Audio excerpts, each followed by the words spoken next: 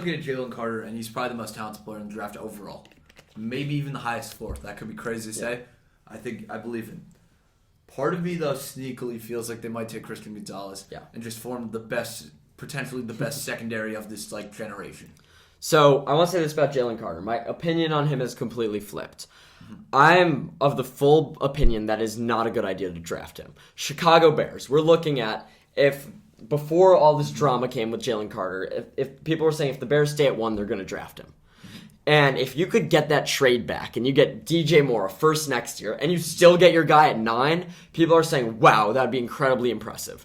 And that's what I was thinking a few weeks ago. I got wrapped up in, oh my God, we could get Jalen Carter at 9. And there's a big ceiling to it. I think there's a lot of merit to doing that.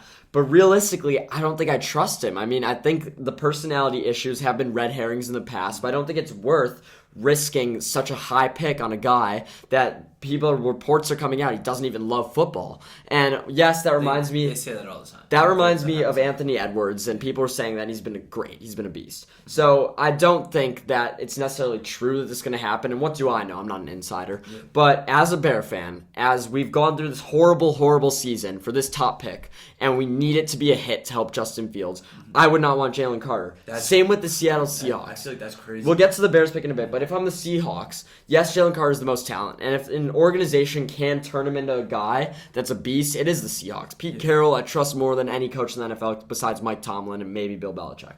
So I think Jalen Carter is the good option, but knowing the Seahawks, I think they go so I think that they will pick Jalen Carter, but I could see a world in which the Seahawks go with a guy who's not problematic, make a great secondary with Christian Gonzalez, or even Devin Witherspoon, I think would make him such a beast. The corners in this draft are really... And I'll talk about the difference between the two coming up, but I think they do go Jalen Carter.